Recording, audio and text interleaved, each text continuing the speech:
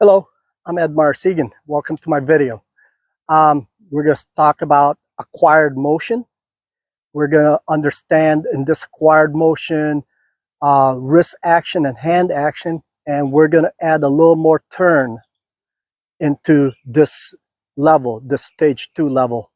In stage 1, we went pretty much zero pivot, no hip turn, and no shoulder turn. We are going to introduce a little bit of turn.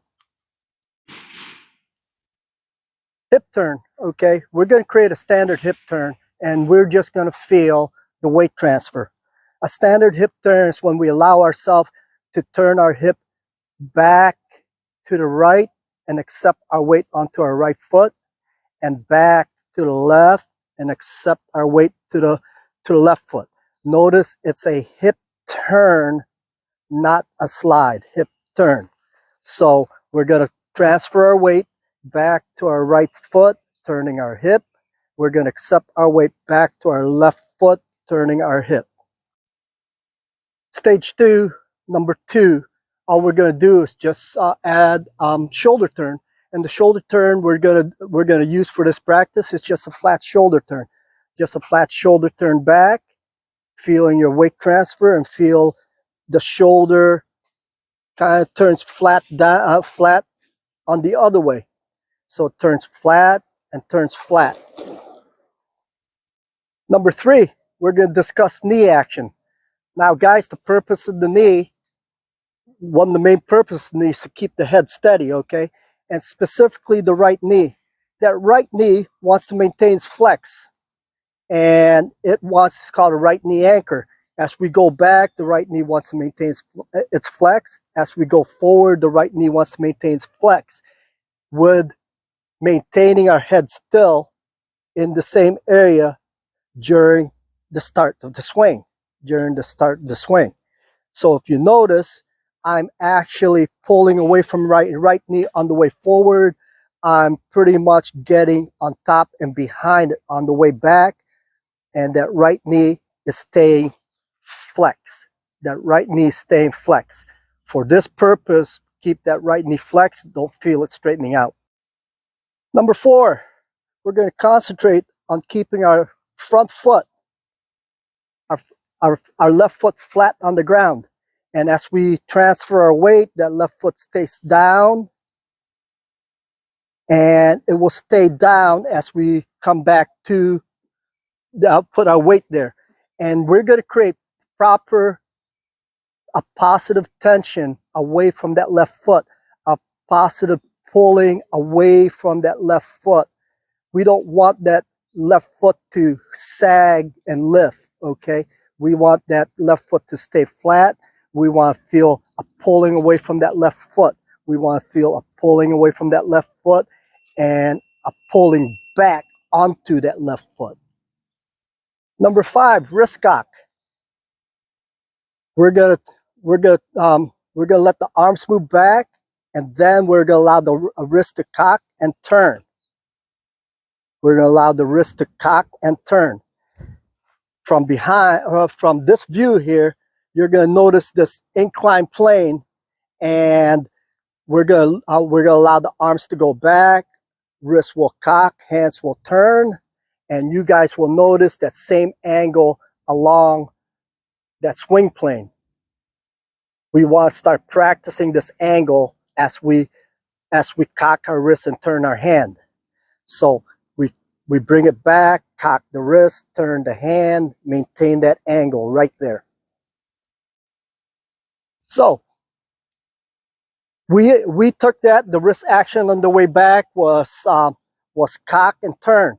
On the way down to the ball, we're going to uncock and roll the hand. We're going to uncock and roll the hand. Release. We're going to uncock and roll the hand. So we're going to uncock the wrist and roll the hand. So uncock and roll the hand. That is the definition release, folks. Definition of release is when the wrist uncocks, which actuates the club head, and the hand rolls, which actuates the club face. Wrist roll. This is power accumulator number 3. It's not a turning motion. Wrist roll is from this condition. The grip is going to swing back or get swung back, gets in position where it's behind the hand, and we're going to have to roll that back until the club face lines up with the left arm. We're going to have to roll that back until the club face lines up to the left arm. The roll that you guys saw there is called a horizontal hinge action. So it's going to roll until the club face matches up with the left arm. The second one is an angled, where the right hand bend, right wrist bend is maintained, and we're going to feel that same position where the grip is in this position to the arm, and we're going to roll it back, maintaining the right hand bend until the club face lines up with the left arm. This is called an angled hinge. There's a third hinge. It's called a vertical hinge. Not up for discussion right now. Club face manipulation. Club face manipulation, there's two forms. One, if my right forearm swings underneath my left arm, this is going to cause my golf swing to swing from inside out, taking the shot out to the right, which will block it out to the right. So if I'm in this position, I'm going to have to tweak my plane with my right shoulder slightly left. That will control the club face down the line.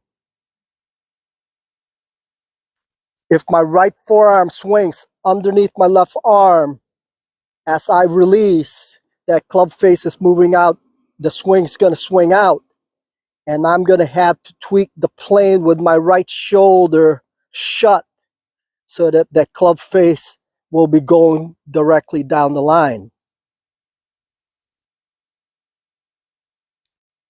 If the right forearm is behind the left arm, and best example I can show you is when the right forearm, right here, if I grab my left arm with my hands like this, that's right forearm behind, not underneath. And if it's there, I'm going to have to manipulate the club face, not with the plane, but with the roll of the hand. With the roll of the hand, okay? So if your forearm is out, away from your body, your elbow away from your body, and your forearm is behind the left arm, you're going to have to manipulate the club face by rolling your hands through, not closing the plane. Number 9, I'm playing club shaft. Now, for you beginners, you guys going to have a really tough time seeing this, okay? But doesn't matter how a golf club's made.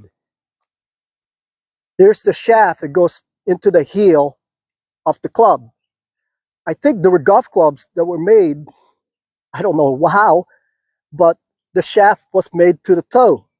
Okay, for all intensive purpose, you should see from your grip of this last 3 finger from the handle, you should see an imaginary shaft that goes right into the sweet spot, an imaginary shaft.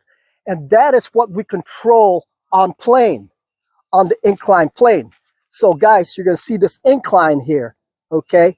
And you're going to see the club sitting away. But as I take this back and I start to roll, that shaft and the sweet spot is going to be on that plane. So I am taking that sweet spot on that plane. I'm just not taking the shaft on that plane. I'm not holding the sweet spot away from that plane. Same goes to the other side. The same goes to the other side. We have to manipulate that. We have to get that shaft planed on the other side. So the shaft, it's that sweet spot right there. We got to get that planed onto the other side. We got to get that planed onto the other side.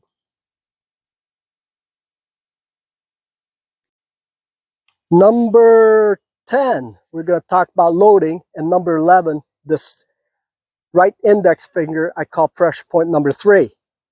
Okay, because it has a lot to do with loading. So we're going to talk about drive loading and drag loading.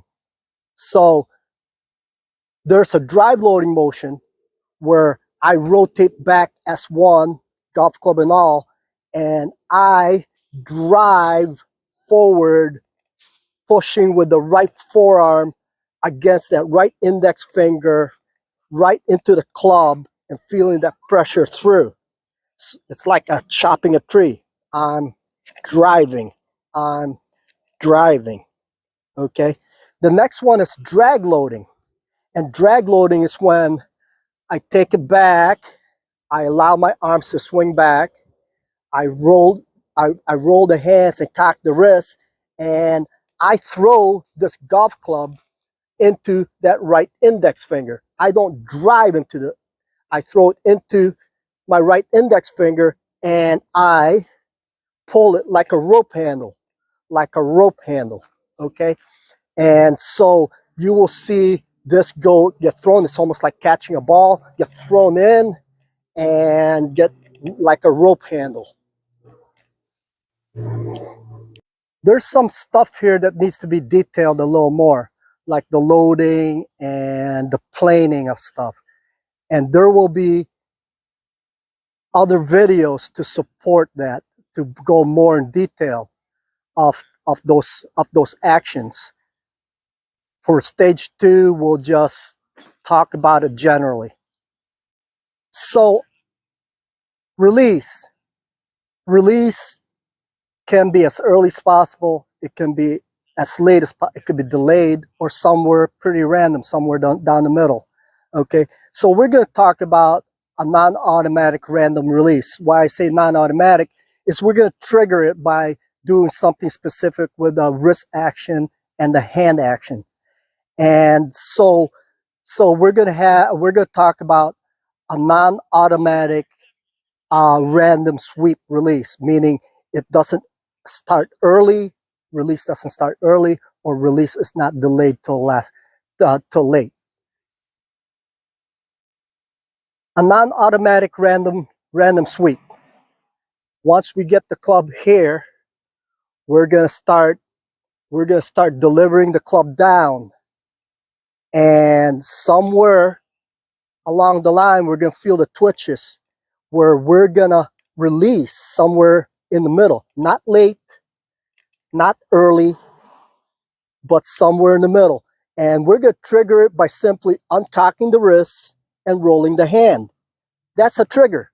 We're going to actuate the club head. That's a trigger. Or we're going to roll the hand, actuate the club face. That's a trigger. Okay. And that's the type of release. So it's a turnkey action. Once you feel when you're going to release it, we're going to uncock the wrist, turn the hand, and boom, the golf swing is going to release through. All right, let's talk about follow through. All right, after release, follow through. There's a low point somewhere between the ball and this area right in front. Based on your strength, that low point can be up further. That means that's the area where it's deepest into the ground. If you notice, there's my divot. My divot's always going down and out. My divot is always going down and out after the ball. So guys, the club head travels down and out until low point. And at low point, it travels back up and in. So it travels down and out. And after low point, it travels back up and in.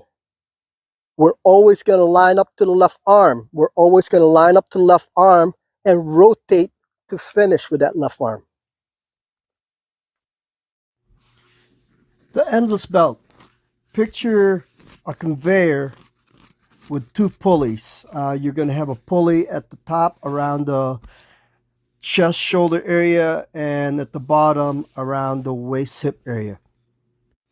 Basically, the hand travels from the top pulley to the bottom pulley in a straight line path, with the shaft trailing and tracing the hand path. With an aiming point in mind, the right arm straightens and releases towards the aiming point. Release throws the club out. Then the club takes its radial travel from the back side of the bottom pulley to the front side of the bottom pulley, making sure we swing down and out after the ball for maximum radius before completing hand rotation to the other side of the pulley. All right, guys, so we're just going to practice this, right? We're going to introduce some standard hip action, right knee anchor, left foot anchor, flat shoulder turn, wrist action. The club, after it's brought back, it's going to cock and turn with the club pointing down to your plane of attack, and then the wrist roll going through. We're gonna feel the horizontal hinge. It's gonna line up, right? We're gonna practice the endless belt. We're gonna feel a release that's non-automatic random sweep, where we pick a spot to trigger. We're going to uncock and roll the hand, uncock to activate the club head, roll the hand, get the face into the ball, and feel that hinge action into this maximum radius, okay? When you get to this point right here, this is the maximum radius. So you want to feel the radial part, and we're going to practice that motion.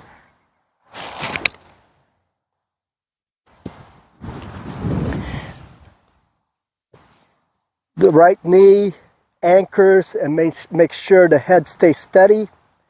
The right knee anchors and make sure the head stays steady. So here we go. There's the roll. We're gonna random release, uncock and roll the hands. Hit the shot. Practice from the back. Same stuff. Here I want you to pay attention as I bring it back. Wrist action. Roll the hand, cock the wrist. It's going to be pointing down towards my angle of attack. And we're going to do the same thing. We're going to actuate and practice the feel of those 14 things that we talked about in this stage. Practice the feel of those 14 things we talked about in this stage. Thank you again. Please click the like button and do not forget to subscribe.